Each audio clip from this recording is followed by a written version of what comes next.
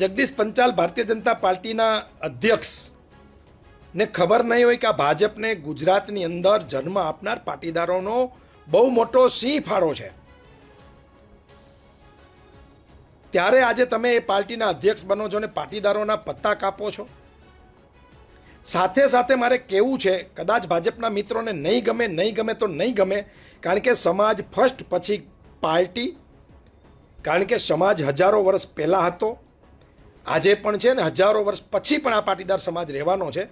કદાચ ભાજપનો જન્મ આંગળીના વેઢે ગણી શકાય એટલા વર્ષથી થયો હશે, પહેલાં જનસંઘ અને પછી ભારતીય જનતા પાર્ટી. એટલે પાર્ટીઓ આવે ને જાય, સત્તા આવે ને જાય, પણ સમાજ અને સમાજની વાત કરવી પડે મિત્રો.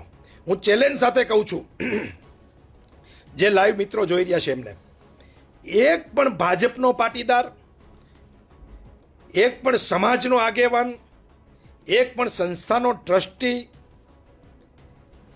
ચૂ કે ચા નહીં બોલી શકે કે અમારા સમાજનો વાંક શું, કે અમને રાજ્યસભાનું એક પદ ખરેખર મળવું જોઈએ તો શા માટે નહીં. આવું એક પણ આગેવાન મીડિયામાં, સોશિયલ મીડિયામાં કે જાહેર નિવેદન નહીં કરી શકે.